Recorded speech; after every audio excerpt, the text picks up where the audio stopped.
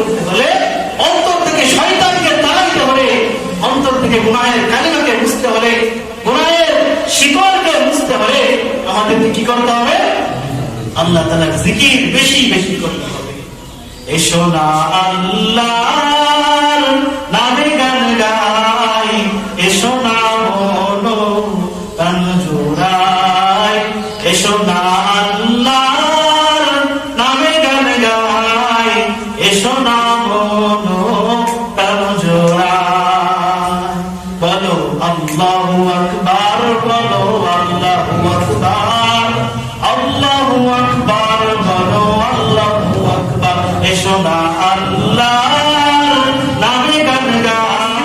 হাদিস 2700 নম্বর হাদিস। عن أبي هريرة رضي الله تعالى عنه قال وعن أبي سعيد رضي الله تعالى عنهما قال قال رسول الله صلى الله عليه وسلم لا يقعد قوم يذكرون الله عز وجل إلا حفتهم الملائكة وغشيتهم الرحمة ونزلت عليهم السكينة وذكرهم الله في من عنده। হাদিসের বাংলার মধ্যে আল্লাহ হাবিব সাল্লাল্লাহু আলাইহি ওয়াসাল্লাম বলেন, যেখানে কোন গোত্র বা কোন দল যেখানে বসে আল্লাহ পাক রব্বুল আলামিনের জিকির করে, সেই জিকিরের পৃষ্ঠাকে ফেরেশতারা বেষ্টনী করে রাখে। অবশ্যই তুমুর রহমত এবং আল্লাহর রহমত তাদেরকে ঘিরে রাখে, আল্লাহর রহমত তাদের উপরে আচ্ছাদিত হয়। ওয়ানাজালাত আলাইহিমুস সাকিনা, এবং তাদের উপরে প্রশান্তি অবতীর্ণ হয়। ওয়াযাকারাহুল্লাহু ফী মান ইনদাহু, আর আল্লাহ পাক রব্বুল আলামিন যারা জিকিরের মজলিসে বসে আল্লাহকে স্মরণ করতেছে, তাদের স্মরণটা আল্লাহ পাক রব্বুল আলামিন তার আশপাশে যে সমস্ত ফেরেশতা আছে তাদের সাথে আলোচনা করতে থাকে। আল্লাহ পাক রব্বুল আলামিন যদি আমরা এই জিকিরের মধ্যে স্মরণ করি, আল্লাহকে স্মরণ করি, আল্লাহ পাক রব্বুল আলামিন তার নিকটবর্তী যে সমস্ত ফেরেশতারা আছে তাদের সাথে আমাদের স্মরণ আল্লাহ তাআলা করতে, আমাদের আলোচনা আল্লাহ তাআলা করতে। অন্য হাদিসের মধ্যে আসছে عن أنس بن مالك رضي الله تعالى عنه أن رسول الله صلى الله عليه وسلم قال إذا مررتم برياض الجنة فارتعوا. قالوا وما رياض الجنة؟ قال حلق الذكر. حضرت أنس بن مالك رضي الله تعالى عنه বর্ণিত, রাসূলুল্লাহ সাল্লাল্লাহু আলাইহি ওয়াসাল্লাম বলেন, তোমরা যখন জান্নাতের বাগানের পাশ দিয়ে চলাচল করবে, যাবে, অতিক্রম করবে, তখন তোমরা ওই জান্নাতের বাগান থেকে ফল আরোহণ করবে। সাহাবায়ে জিজ্ঞাসা করলেন, আল্লাহ রাসূল জান্নাতের বাগানগুলো কি? আল্লাহ সাল্লাল্লাহু আলাইহি ওয়াসাল্লাম বলেন, জিকিরের হালকাসমূহ, জিকিরের মজলিস সময় হলো জান্নাতের বাগান। সুতরাং তোমরা যখন এই জিকিরের মজলিসের পাশে অতিক্রম করবে, তখন তোমরা এই জান্নাতের বাগানে বসবে এবং সেখানে বসে আল্লাহর জিকির করে জান্নাতের ফল, জান্নাতের এই বাগানের ফল তোমরা আহরণ করবে। মুহতারাম হাজিরিন, জিকির করলেন আপনি আল্লাহ পাক রব্বুল আলামিন পবিত্র কালামুল শরীফের মধ্যে বলেন, ফাযকুরুনি আযকুরকুম ওয়াশকুরুলি ওয়ালা তাকফুরুন। আল্লাহ বলেন, বান্দা তুমি আমার স্মরণ করো, আমি আল্লাহ তোমাদের স্মরণ করব। তোমরা আমার নিয়ামতের শুকরিয়া আদায় করো, আমি আল্লাহ আমার নিয়ামতকে অস্বীকার করো না। তাহলে আমরা যদি আল্লাহকে স্মরণ করি, আমাদেরকে স্মরণ করবে কে? নেতায় স্মরণ করবে? নেত্রী, প্রধানমন্ত্রী, কে স্মরণ করবে? আল্লাহ স্মরণ করবে। তাহলে আমরা যদি আল্লাহকে স্মরণ করি, আল্লাহ আমাদেরকে স্মরণ করবে। কিভাবে স্মরণ করবে? হাদিসে পাকের মধ্যে আছে, হাদিসে কুদসি। আন আবি হুরায়রা রাদিয়াল্লাহু তাআলা আনহু আন্না রাসূলুল্লাহ সাল্লাল্লাহু আলাইহি ওয়াসাল্লাম قال يقول الله تعالى عند ظن عبدي بي। হযরত আবু হুরায়রা রাদিয়াল্লাহু তাআলা আনহু বর্ণিত, রাসূলুল্লাহ সাল্লাল্লাহু আলাইহি ওয়াসাল্লাম বলেছেন, আল্লাহ তাআলা বলেন, আমার বান্দা যেরকম ধারণা করে আমি আল্লাহ তার ধারণা মোতাবেক কাজ করি।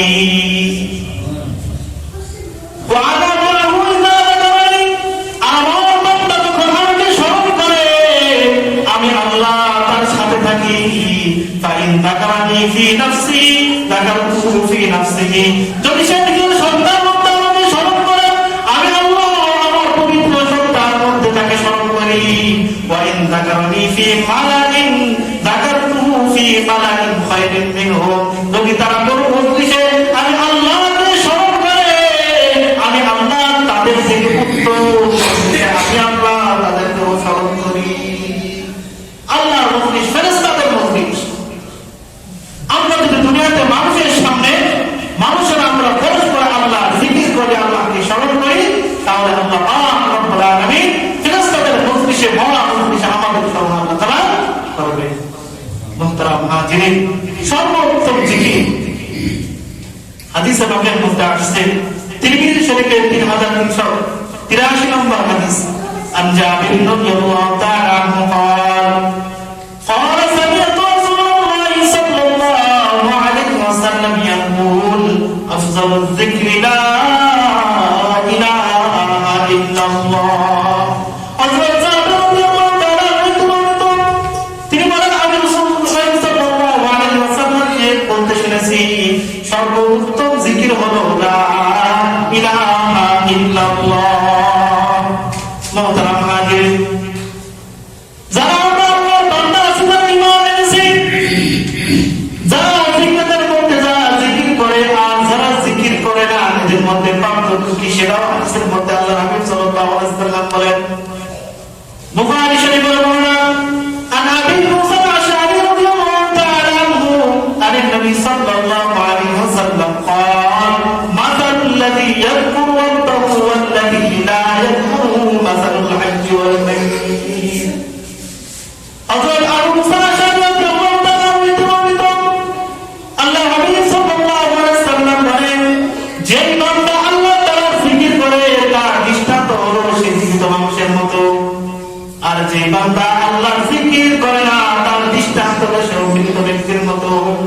তাহলে যে ব্যক্তি জিকির করে তার দৃষ্টান্ত সে কার মতো, সে জীবিত, আর যে ব্যক্তি আল্লাহর জিকির করে না আল্লাহ স্মরণ করে না সে মরা। বলেন যার অন্তরে জিকির আছে, যার দিলে জিকির আছে তার দিল জিন্দা। আমার সাথে বলেন যার দিলে জিকির আছে তার দিল জিন্দা। বলেন যার দিলে জিকির আছে তার দিল জিন্দা, আর যার দিলে জিকির নেই তার দিল মরা।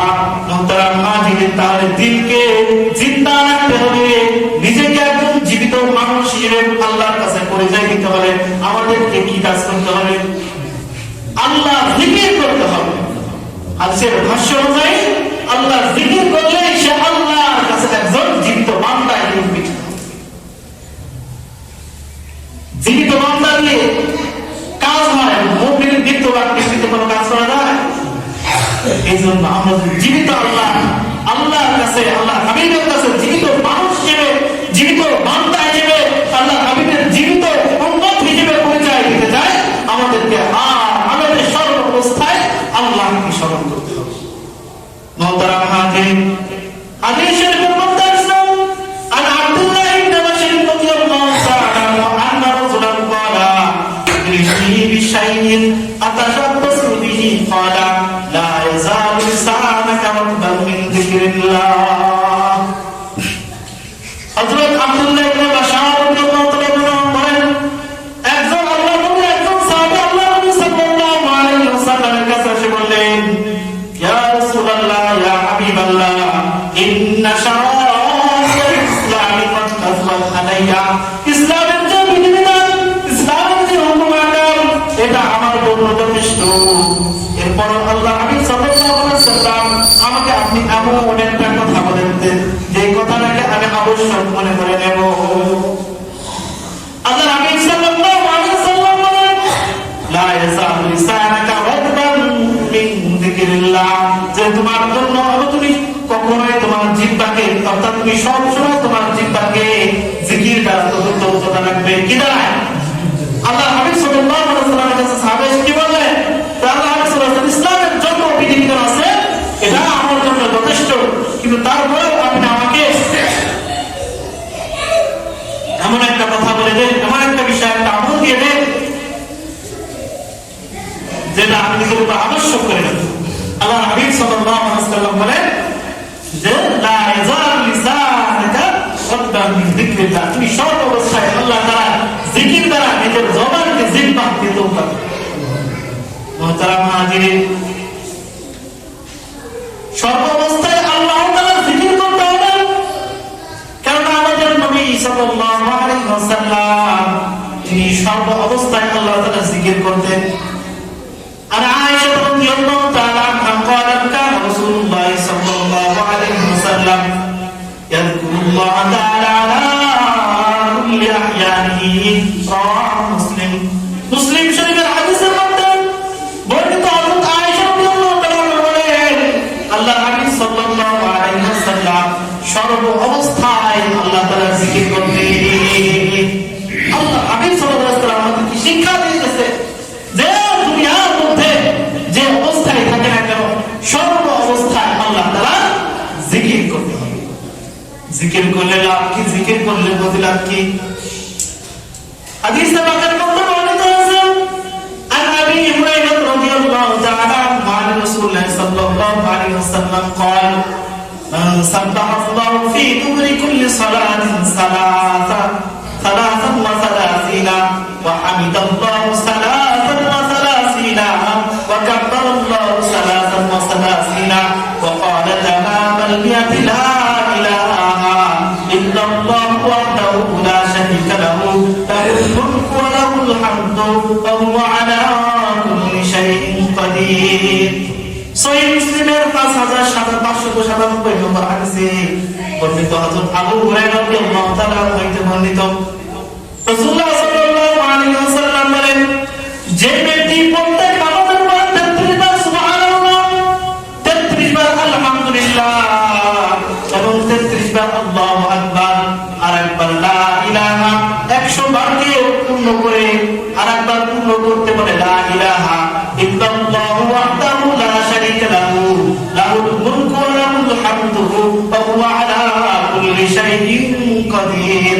তাহলে তার এই 33 বার সুবহানাল্লাহ, 33 বার আলহামদুলিল্লাহ এবং 100 বার দিয়ে পূর্ণ করতে আর করে বলে লা ইলাহা ইল্লাল্লাহু ওয়াহদাহু লা শারীকা লাহু লাহুল মুলকু ওয়া লাহুল হামদু গুফিরাত খাতায়াহু ওয়া ইন কানাত মিসলা যাবিল বাহর। যে ব্যক্তি 100 বার এই জিকির করবে আল্লাহ রাব্বুল আলামিনের হাবিব সাল্লাল্লাহু আলাইহি ওয়াসাল্লাম হাদিসের মধ্যে ঘোষণা দেন গুফিরাত খাতায়াহু ওয়া ইন কানাত মিসলা যাবিল বাহর। তার গুনাহের পরিমাণ যদি সমুদ্রের ঢেউ পরিমাণ হয় আল্লাহ রাব্বুল আলামিন তার গুনাহসমূহ মাফ করে দিবেন। বলেন সুবহানাল্লাহ। তাহলে প্রত্যেক নামাজের পরে 33 বার সুবহানাল্লাহ, 33 বার আলহামদুলিল্লাহ, 34 বার আল্লাহু আকবার অথবা 33 বার আল্লাহু আকবার বলে আরেকবার হাদিসের ভাষ্য অনুযায়ী লা ইলাহা ইল্লাল্লাহু ওয়াহদাহু লা শারীকা লাহু লাহুল মুলকু ওয়া লাহুল হামদু ওয়া হুয়া আলা কুল্লি শাইইন কাদির করে আল্লাহ রাব্বুল আলামিন হাবিব ঘোষণা দেন তার গুনাহের পরিমাণ যদি সমুদ্রের ঢেউর পরিমাণ হয় আল্লাহ রাব্বুল আলামিন গুনাহকে ক্ষমা করেন।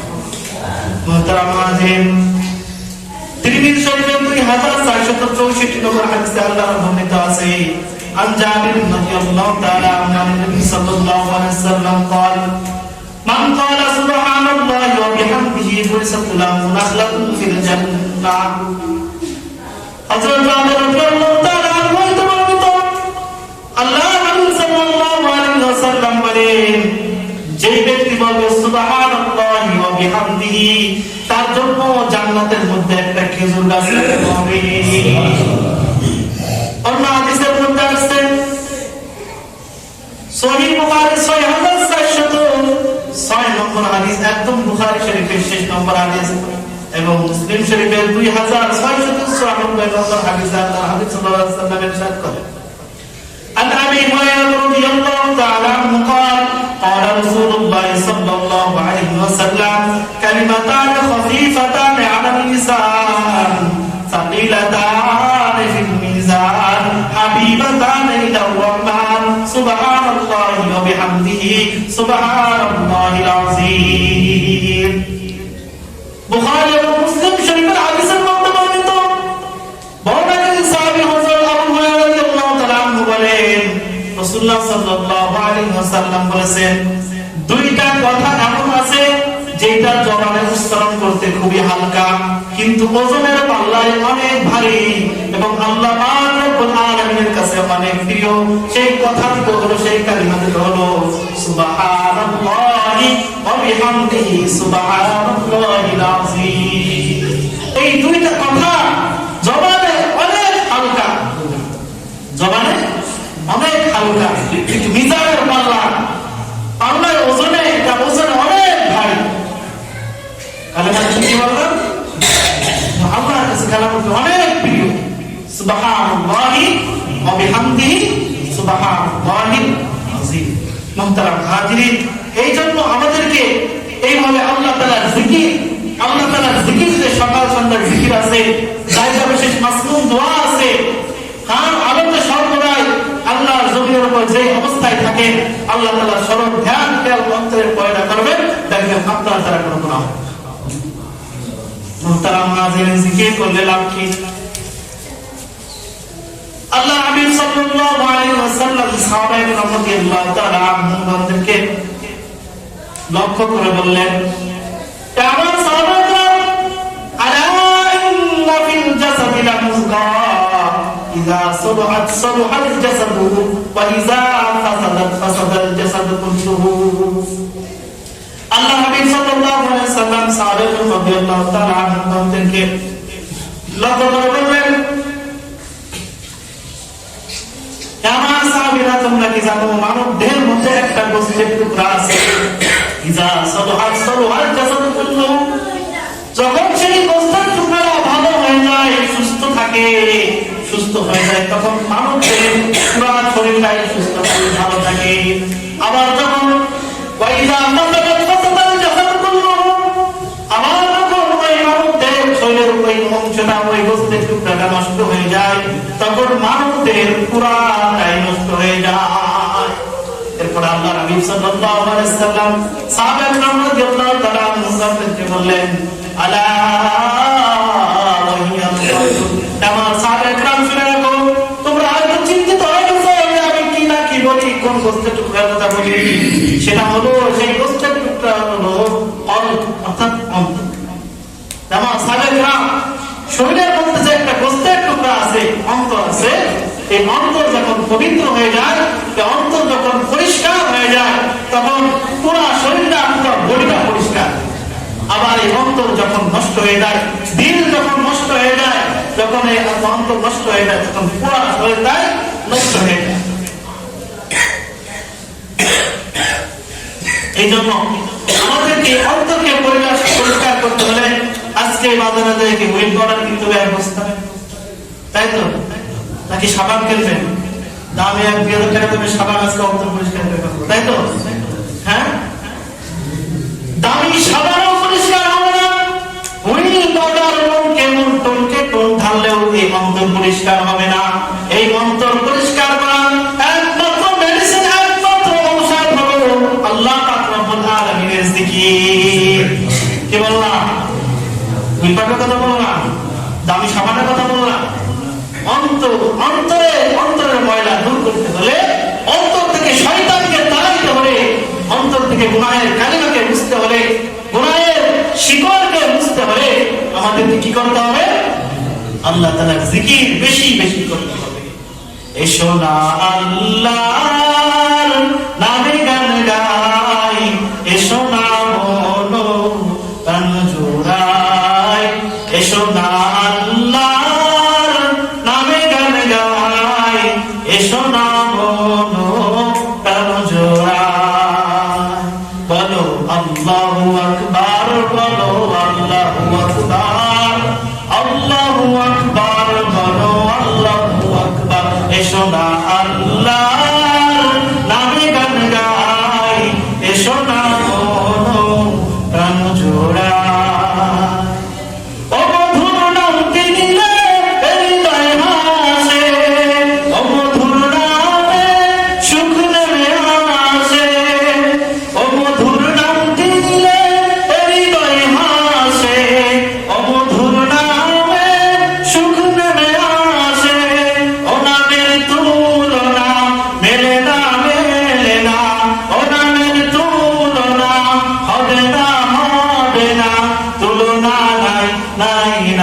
এসো না আল্লাহর নামে গান গাই, এসো না মনো প্রাণ জোড়ায়, এসো না আল্লাহর নামে গান গাই, এসো না মনো প্রাণ জোড়ায়। বলো আল্লাহু আকবার, বলো আল্লাহু আকবার, আল্লাহু আকবার, বলো আল্লাহু আকবার।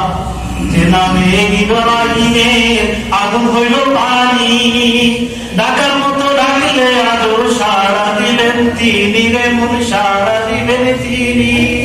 যে নামে ইব্রাহিমের আগুন হইল পানি, ডাকার মতো ডাকলে আজও সাড়া দিবেন তিনি রে মন, সাড়া দিবেন তিনি।